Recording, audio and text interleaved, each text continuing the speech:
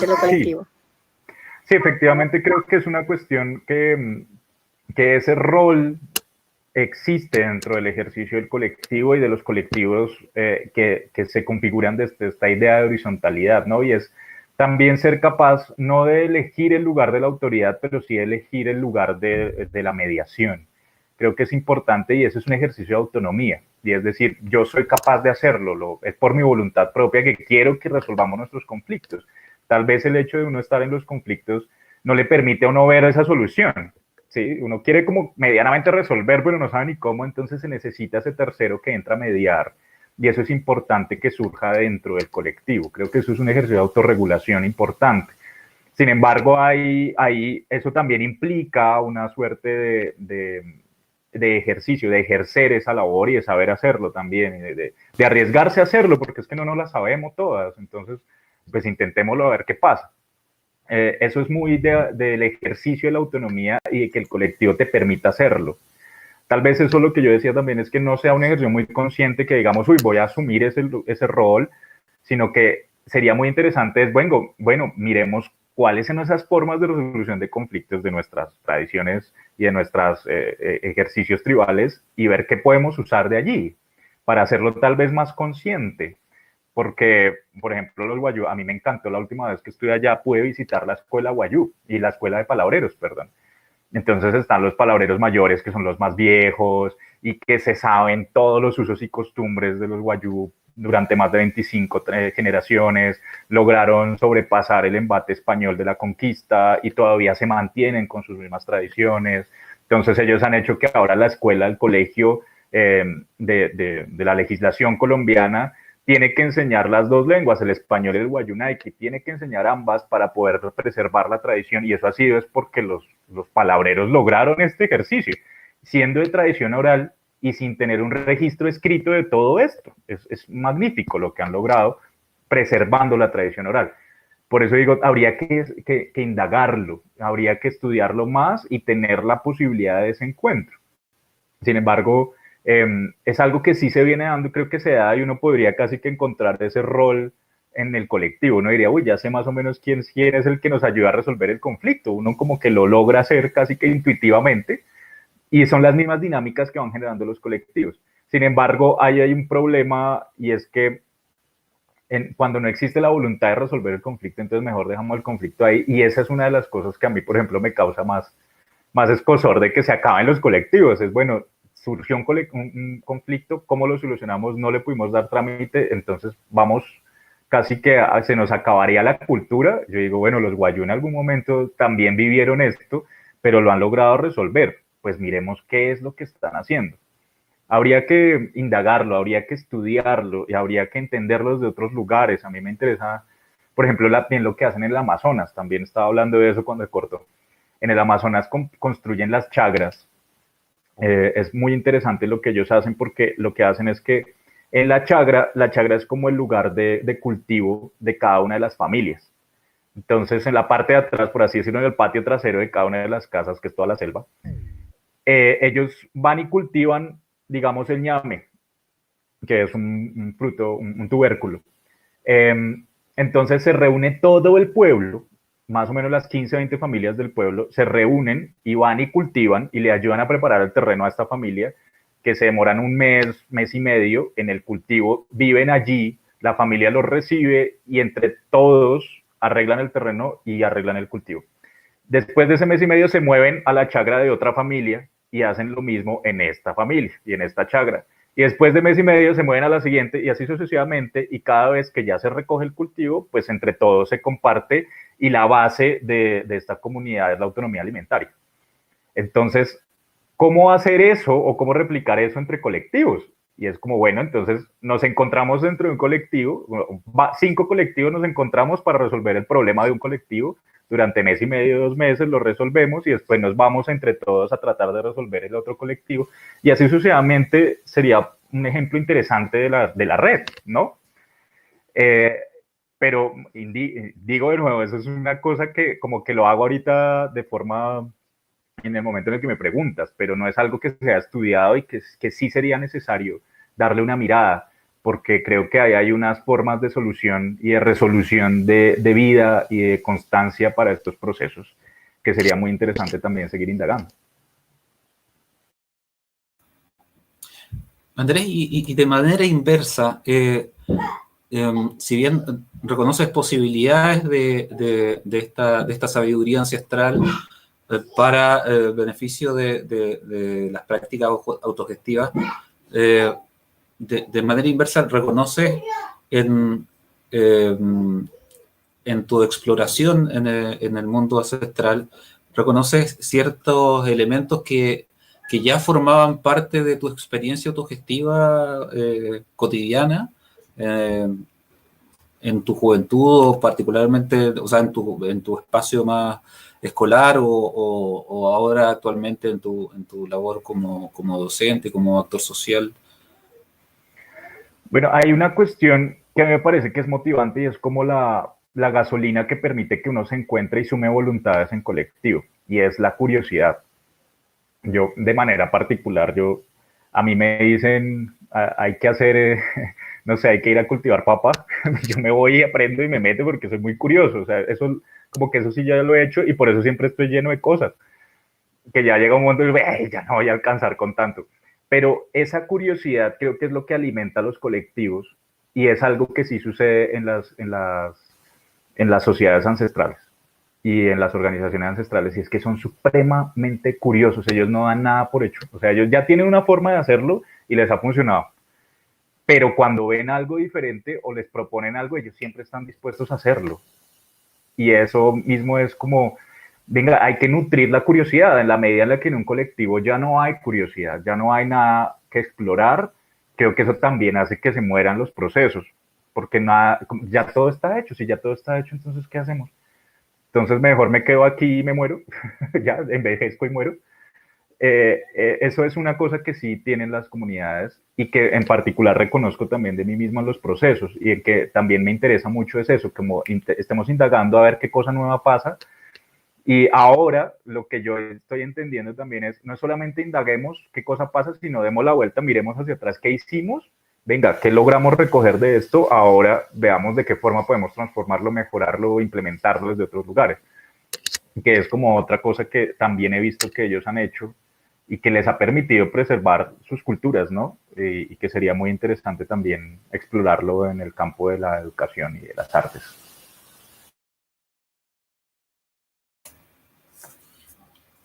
Estupendo, Andrés, muchas gracias. Muchas gracias por tu respuesta. Bueno, también invito a las personas a los integrantes de la mesa, de la conversación, que se pueden formular preguntas entre ustedes mismos. Así que, por lo pronto, mientras preparan ahí algún comentario o reflexión, me gustaría también hacerle una pregunta a Connie y a Paula. En cuanto a, particularmente algo que dentro de muchas cosas que me llamaron la atención, quisiera que pudieran contarnos con un poco más de detalle este tema de la zona espejo. Y de cómo esa categoría, ese concepto que ustedes levantan a partir de las observaciones que desarrollaron en el transcurso de la investigación, ¿cómo eso les ha afectado a ustedes mismas en el ámbito personal y también en la proyección profesional y social, ¿sí? De su futuro como en esos ámbitos, ¿no? Y de su presente, de lo que ha acontecido últimamente, inclusive a nivel de contexto pandemia. ¿Cómo esto ha estado de alguna manera reflejado o lo logran reconocer posterior a este hallazgo que ustedes desarrollan en el transcurso de la investigación?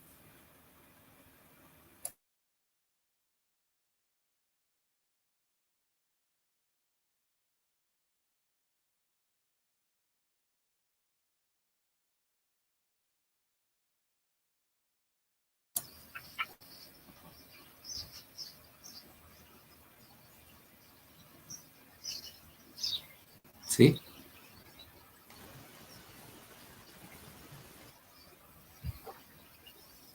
¿Se escuchan? Ah, Sí, sí. sí, estaba pensando. Ya voy a partir yo. Si no es mucha molestia, Connie. Super. Sí, a nosotras igual nos llamó mucho la atención esto que aparece y que pusimos como zona espejo y que no pudimos dejar de poner porque aparecía todo el tiempo, ¿sí? Y era un poco esto que explicábamos de ciertos temas o ciertos momentos en que lo íntimo y lo colectivo, o lo interior y lo exterior, el contexto y lo íntimo, como que se difuminaban los bordes de estos dos aspectos, ¿sí? Entonces, pero que solo esto se daba en la medida en que había un colectivo que dialogaba, ¿sí? Entonces, y aparece en los temas, en la escucha, en el cuidado y la aceptación. Y quizás yo lo podría ejemplificar mucho con el cuidado en relación a mí misma, porque creo que a partir de esto que nosotros denominamos el espejeo, que en realidad es una palabra que no existe, pero que le inventó el Felipe, eh, eh, por ejemplo, yo me pude dar cuenta a través de conversaciones en donde otros y otras declaraban eh, ciertas prácticas que estaban teniendo en relación a su autocuidado, a través de la escucha de eso, pude darme cuenta que quizás estaba bueno cuidarme, ¿sí? O como que existía la posibilidad. A veces a uno se le olvidan ciertas cosas que son como bien básicas del autocuidado y del cuidado mutuo del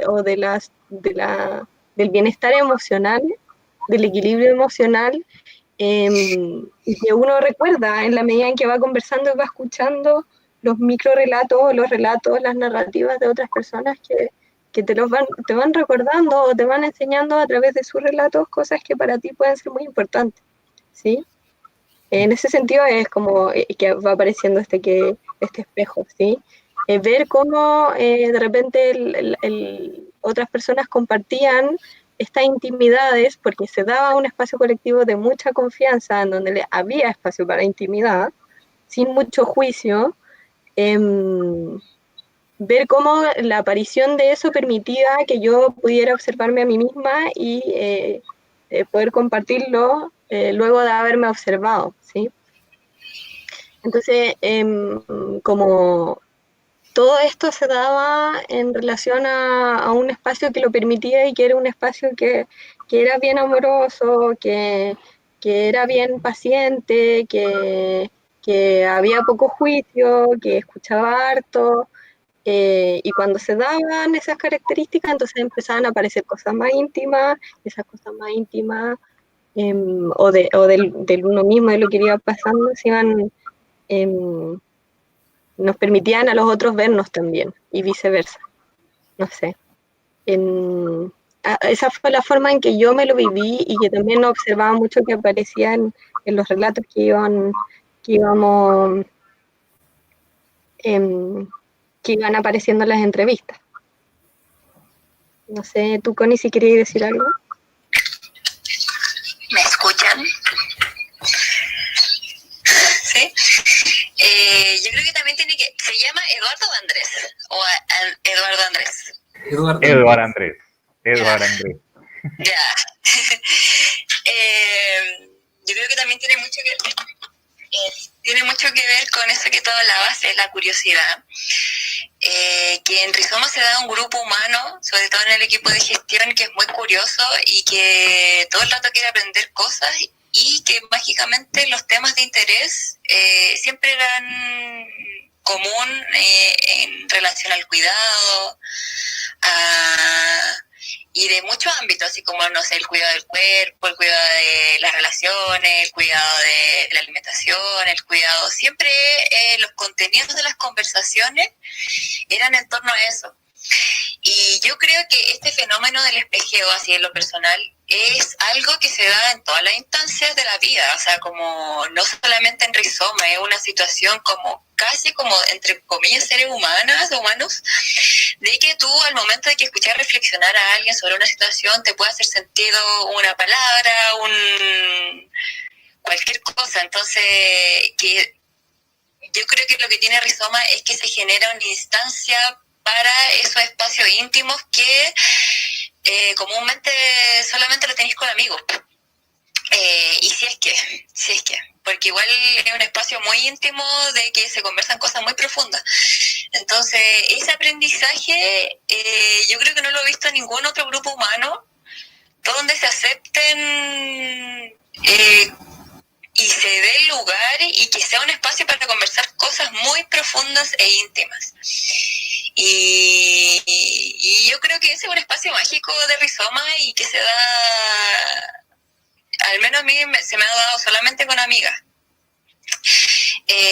Y con relación al espejeo en la escuela, nosotros estuvimos hablando como un tema que tenía que ver con que Rizoma nos había entregado más herramientas actitudinales en el aula, como cómo te enfrentas tú, o más que enfrentarse, cómo llegas tú a una sala de clase, o cómo ves a los estudiantes, o cómo generáis la instancia de aprendizaje, ¿cachai? Entonces igual lo que te da el espejeo es un poco empatía, siento yo, porque te das cuenta que tú al tratar al otro de cierta forma podís generar cosas en ti mismo, como que te lo estás haciendo a ti mismo. Entonces yo creo que ahí va como por ese lado. Igual a mí me cuesta como concretizarlo en la escuela por las grandes diferencias sustanciales que existen, así desde la obligatoriedad hasta el tema de la edad, ¿cachai? O incluso en los mismos talleres de Rizoma, que el grupo humano donde se daban estas instancias de espejeo era el grupo de gestión, pero no necesariamente con los talleristas. Entonces igual yo creo que tiene que ver con los lazos de afecto y con las relaciones sostenidas en el tiempo con un grado de nivel de confianza. Eso. Okay. Porque tiene que ver con algo más interior que algo más académico. Al menos ese es mi aprendizaje, como que mi aprendizaje es mucho más profundo y social en relación a las relaciones con las otras personas así directamente, que, no sé, algo que yo pueda decir como, me sirvió como profesora, no podría decirte algo así, sino que es algo más que tiene que ver con la vida real y que se lleva como a todos los aspectos. Y un poco en la misma línea, ¿cuál es el impacto, si es que lo hay, ¿no? El impacto que tiene esta investigación en este año, ya que casi se cumple de estallido social? ¿Qué es lo que acontece? Porque es un escenario absolutamente nuevo, ¿no? Que nunca habíamos vivido algo parecido como sociedad en Chile. Entonces, probablemente ahí aparece una serie de situaciones, de circunstancias que ustedes también las afecta de una manera, quizá con harto asombro de por medio, ¿no? Preguntándose cómo se actúa, cómo se puede habitar, ¿cierto?, de nuevo el territorio social con este nuevo escenario, ¿no? Entonces, en ese sentido, ¿cómo vinculan este espacio de reflexión que ustedes tuvieron? Porque particularmente este espacio de reflexión que les permite tener esta información que nos entregan hoy día también entiendo que se desarrolla en el trayecto del estallido social. Entonces, ¿cómo se vivieron eso? Quisiera saber un poco cuáles son los vínculos que hay entre esas dos experiencias. ¿Sí? Entre la experiencia social como huyente y la experiencia investigativa propiamente tal.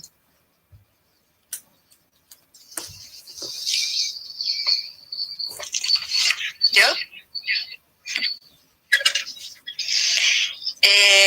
Mira, me pasa que siento que esas dos situaciones de Rizoma y de el estallido social se espejean entre sí, como que se retroalimentan entre sí, a pesar de que obviamente el estallido social es algo mucho más grande que involucra muchas más personas.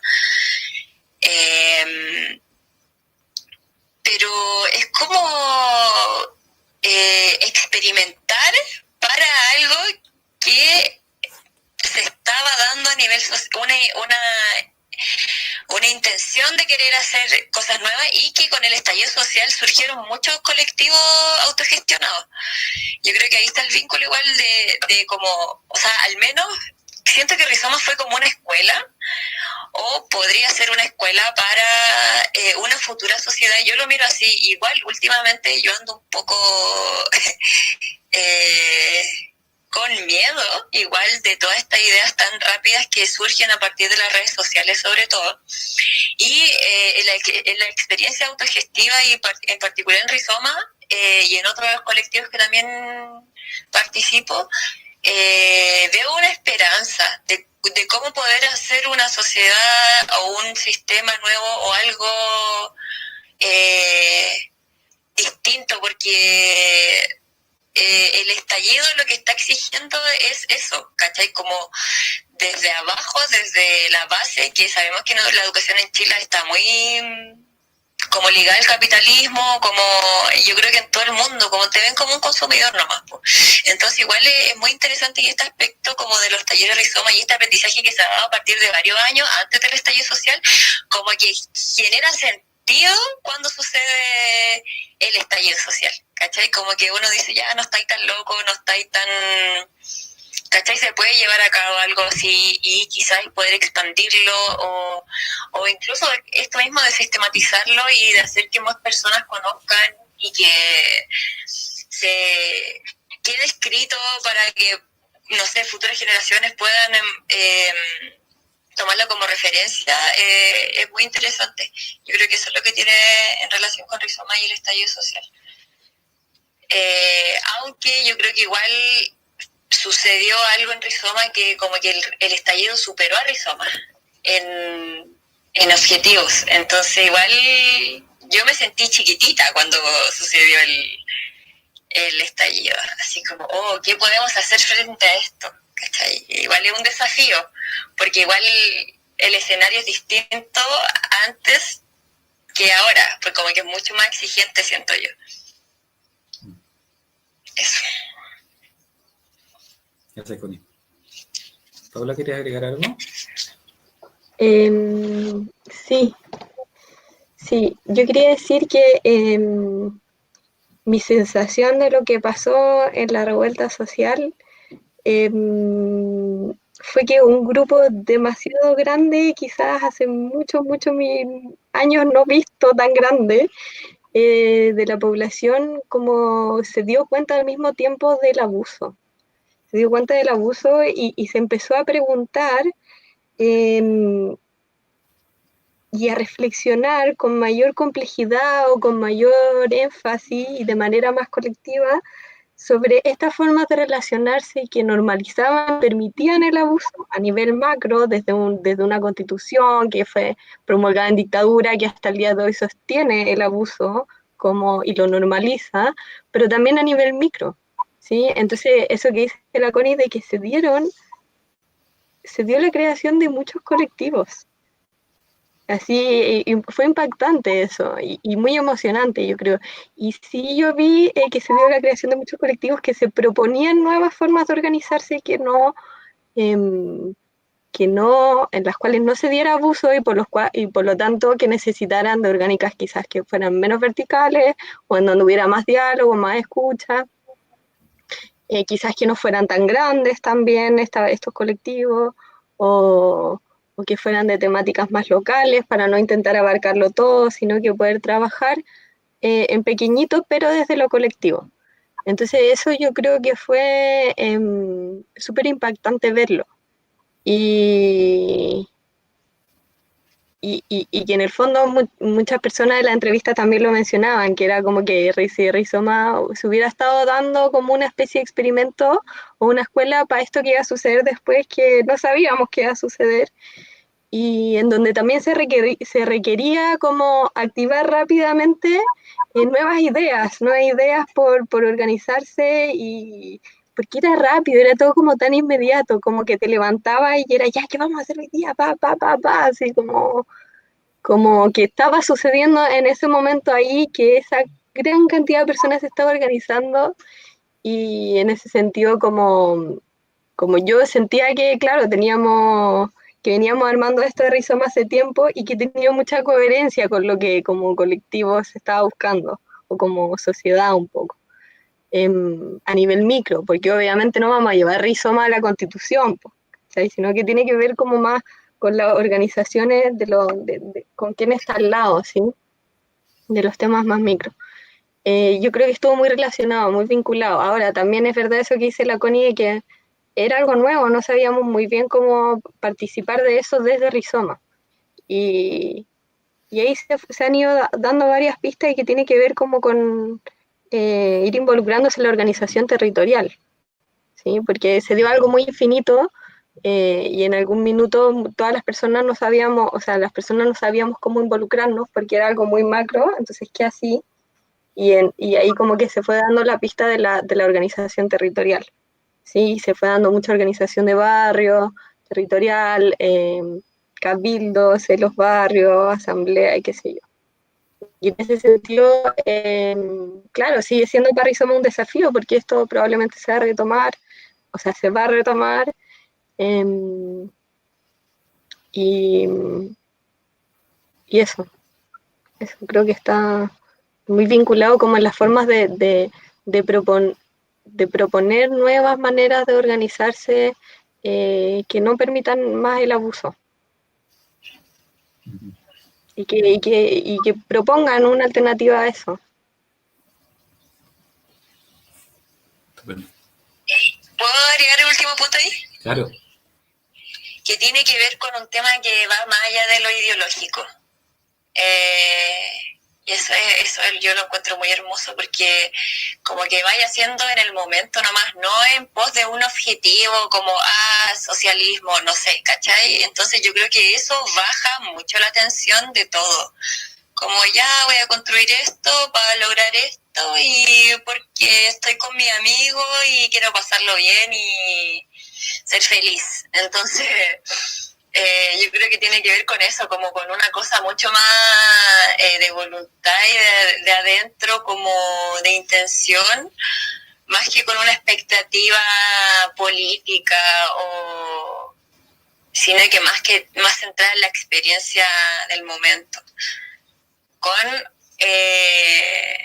lógicas o relaciones más amorosas o más feministas, yo diría, definitivamente, antipatriarcales, antimachistas. ¿Qué pasa? No, en serio. Okay. Gracias, Connie.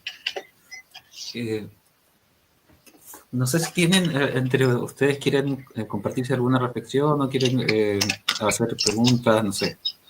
Sí, yo estaba escuchándolas ahorita y es que, mira que, por ejemplo, lo que está sucediendo en Chile y lo que precisamente estaban hablando ustedes del estallido, se vuelve referente para Colombia, por ejemplo. Porque en Colombia nosotros no vivimos una constitución postdictadura, sino que la dictadura amañada en la que vivimos quiere reformar la constitución, entonces ha implementado es la represión como forma de vida. Y por eso mismo ahorita se silencia todo, y es complejo. Creo que es que también nuestra sociedad colombiana no ha sido capaz todavía de asumir ese rol de o decidir, no sumamos voluntades entre nosotros porque se ha hecho muy bien el trabajo de diseminarnos y de volvernos individuos separados. Entonces, lo que sucede en Chile se ha vuelto como un ejemplo y un referente. Y suceden cosas interesantes. Por ejemplo, aquí en Colombia hace poco, cuando la gente, o bueno, unos movimientos sociales empiezan a tener unas acciones también de respuesta a la violencia de los policías, lo que hicieron fue ir a los CAI, que son los lugares donde están los policías acá en Bogotá, en Colombia, que están por barrios, y los quemaron, los quemaron, los rompieron y tal. Y en algunos sitios, en algunos barrios, al otro día fueron a arreglarlos unos para decirle a los policías estamos contigo, pero en otros fueron a arreglarlos para convertirlos en centros culturales. Entonces ya era una cuestión en la que la misma comunidad se organizaba para hacer el centro cultural y que vamos a poner aquí una biblioteca y vamos a hacer talleres y tal, y con todo y que estamos en medio de la pandemia, entonces todo el mundo así con el tapabocas y tal. Y entonces ahí hay como unas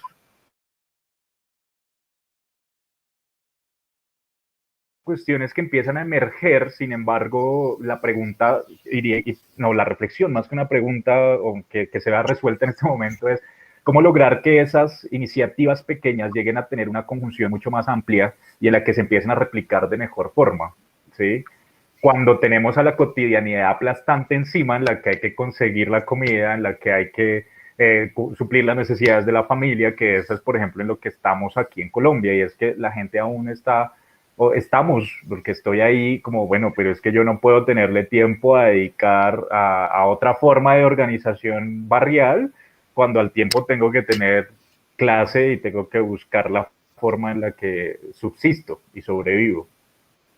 Creo que, claro, esos objetivos tan grandes, tan macros, eso de cambiar, de arreglar, de mejorar y toda la cosa, también implica un ejercicio de prácticas sociales micros que vayan a irse replicando o armándose.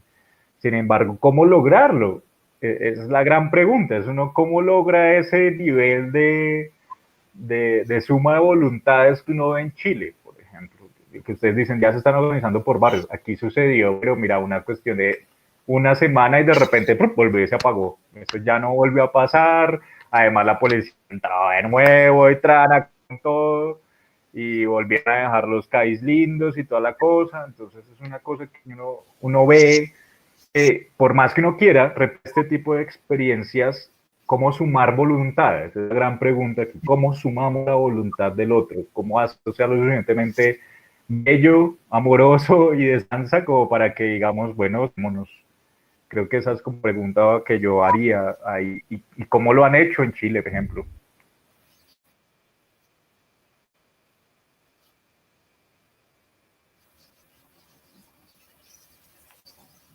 Uh-huh.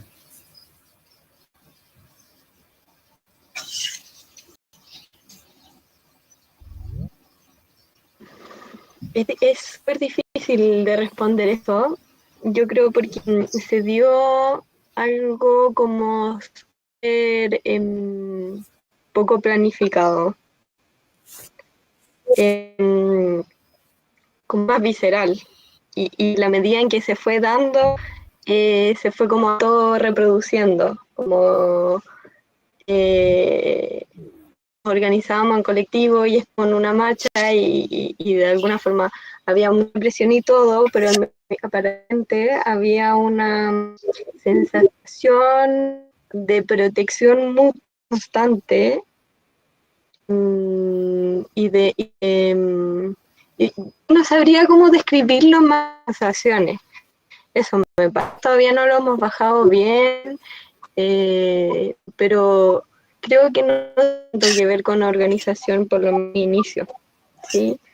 Ya más tarde sí, más tarde es organizar sobre todo, por ejemplo, con el tema gráfico, no sé, convocatorias, por ejemplo, para recopilar imágenes, no sé, por ejemplo, había una convocatoria que recopilaba imágenes que tenían una propuesta vista en el contexto del estallido de la Rita, y esas imágenes se hacían gigantografía y se hacía una convocatoria a personas que quisieran pegotear las imágenes.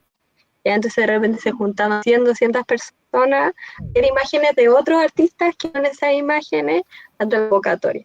Pero todo esto en un contexto que ya se había dado, en donde todos estaban pendientes de este objetivo común, ¿sí? O no sé si objetivo, de esta revolta en la que ya estábamos como inmersos y que no queríamos abandonar, como que ya estaba viva, entonces no había que soltar. Y en ese sentido yo creo que, por ejemplo, la visualidad y las artes en general, en los momentos en que se dio de manera colectiva, tuvo un rol súper importante, o de difusión sobre todo. Y por ahí quizás es como en los que más yo personalmente me manejo y que podría, o que estuve más involucrada y que podría decir como comentar lo que se dio, las ideas, esto de las convocatorias y todo. Pero más que eso fue extraño, fue todo como muy visceral, que nadie sabe muy bien cómo pasó todo y creo que es como lo que se tenía que dar cuanto más y se dio nomás. Pero no sé, en ese sentido creo que es importante compartirnos la iniciativa, por ejemplo, nosotros desde el territorio en el cual trabajamos, que es el arte o el compartir, trabajar en conjunto, ¿sí? Como de repente tenemos demandas que son tan reparecidas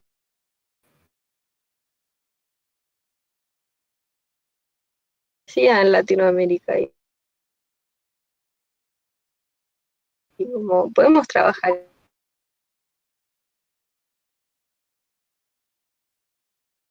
Imaginen en conjunto ahí, ¿te acordás que lo hablábamos antes?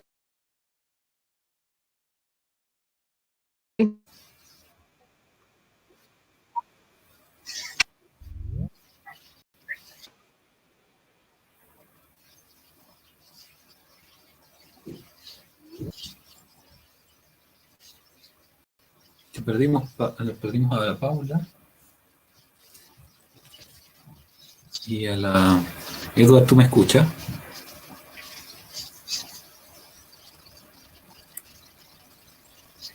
Eduard.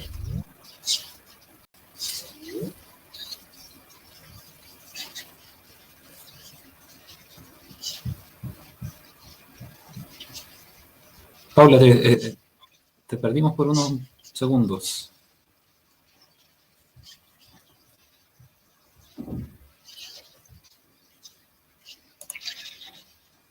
Paula.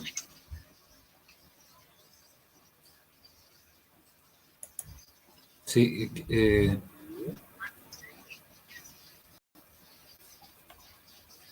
si quisiera... Paula.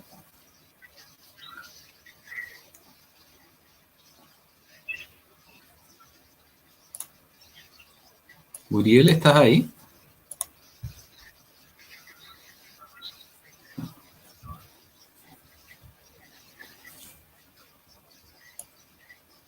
Volví. Ah, ok. Sí, algo pasó. Sí, ahora me puede conectar y estoy escuchando a los chiquillos que están conversando. Ah, ¿se escucha? Sí, tú no estás ahí. Están conversando y riéndose. Así que corre. Es que algo pasó, no sé qué pasó.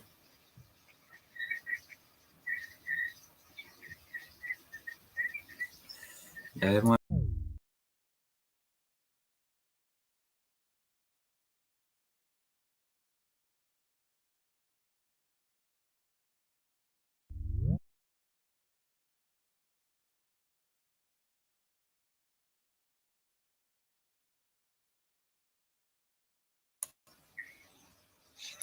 No me veo tampoco. No,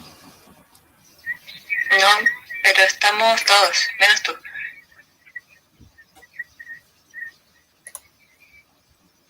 Qué extraño. Desde el celu, Felipe.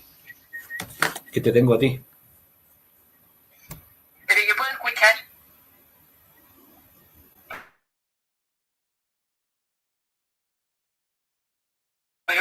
escribo si quiero decir algo.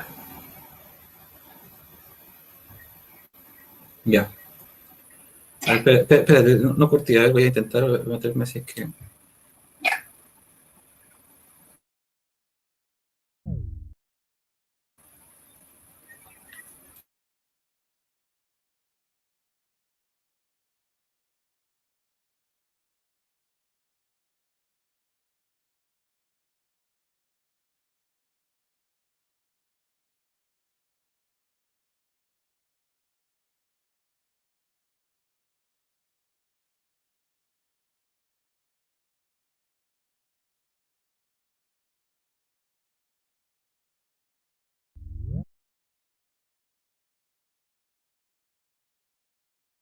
El arte en ese sentido como tuvo un rol súper importante, yo creo, ¿sí? Claro, porque se vuelve un escenario de diálogo, un escenario de conversación, que no necesariamente está mediado por el encontrarnos a hablar, sino que el muro es el punto de encuentro, por ejemplo. Claro, y en ese sentido como que a mí me pasaba que yo sentía que todo el tiempo tenía que fotografiar todo esto porque era como un libro de historia, Ya, ¿cachai? claro. Se constituyó como un libro de historia, ¿cachai? Casi como un nuevo código, qué sé yo. Y creo que esa iniciativa como eso que es un poco de lo que nosotros estábamos más involucradas es lo que se puede compartir, ¿sí? Lo demás yo no sé muy bien, no tengo conciencia de algo tan inmenso como se vio, pero de esas cosas como en las que estábamos más involucradas, Claro. Sí. Sí. ¿Y qué Claro. era lo que Creo que eso habíamos tiene que hablado? ver con ¿Te acuerdas cuando nos que juntamos? efectivamente la experiencia...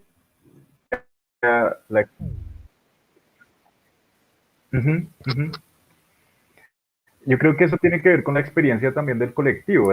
Yo creo que el colectivo lo que más brinda en este tipo de escenarios es la posibilidad de hablar, pero también de escuchar al otro, de tener un diálogo abierto, real, de conversación, más que un diálogo es una conversación.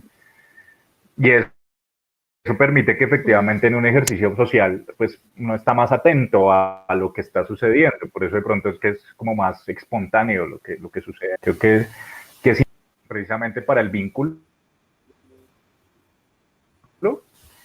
Y es que en Colombia estamos en un momento sociopolítico tan complejo en el que reina es el silencio. Ahorita el que habla te desaparecen. Literal, estamos así. Estamos otra vez en un momento oscuro en Colombia y la gente prefiere no hablar.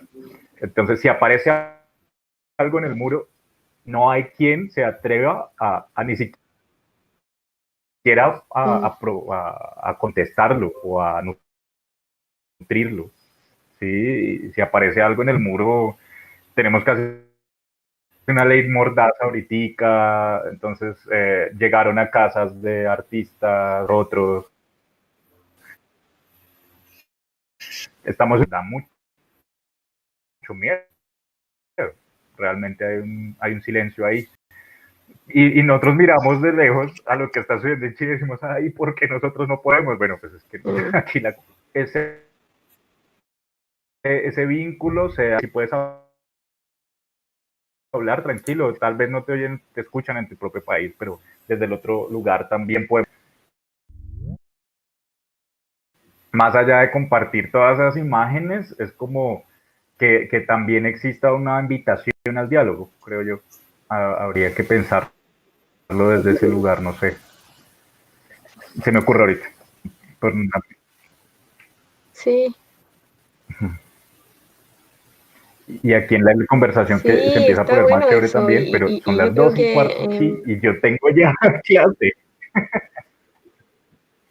Sí.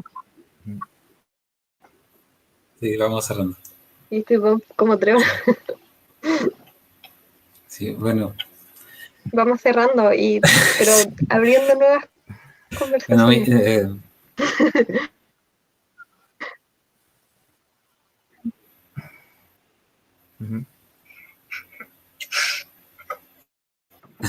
Connie. Constanza, ibas a decir algo. Ok. Sí, bueno.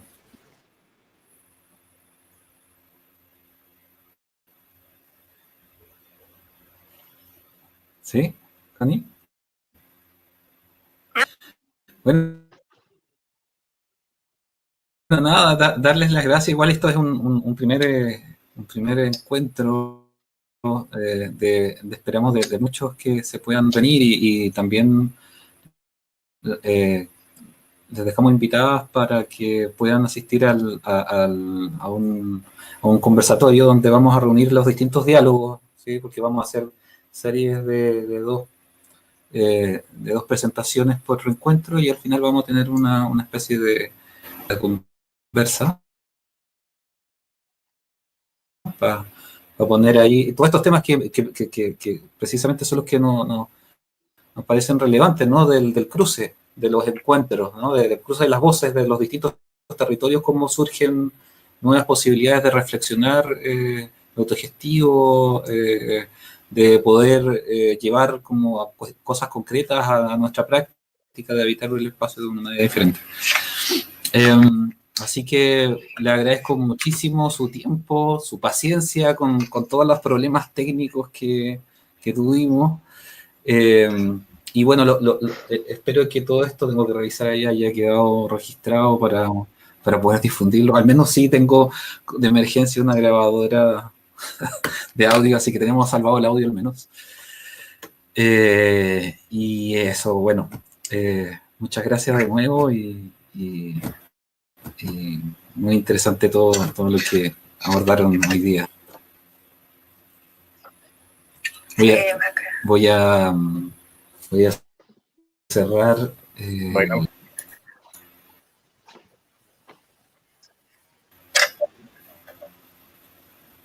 Y bueno, si quieren, ustedes se quieren despedir. Chau, para muchas cerrar gracias. la transmisión en vivo. Sí. Sí, no, muchas Muchas gracias por el espacio y muy chévere seguir compartiendo con la red y con todos los que están allí.